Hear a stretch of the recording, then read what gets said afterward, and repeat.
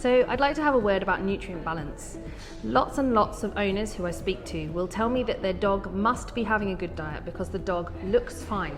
The dog has shiny coat, the dog is active, the dog looks like he is healthy. The problem with this approach, just looking at the outside of your dog and saying that'll do, is that we don't pay attention to the deficiencies that may occur later on. So for some vitamins, the deficiencies will occur quickly. So you will see B vitamin deficiencies very quickly in dogs with trouble like diarrhea. But some are much more subtle. So for example, your minerals, it might take months or sometimes even years for your dog to suffer, but once it has happened, it cannot be reversed. And a really good example that we see a lot in our clinics is dogs on home cooked diets where the calcium or the vitamin D is not high enough.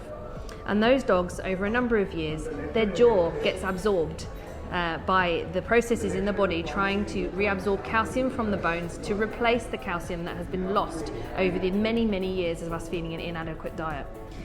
And this just highlights that what we need to remember is all the while we are feeding an inadequate diet, the inside of the dog is working overtime to try to replace those losses, and to do that they are going to cause themselves harm.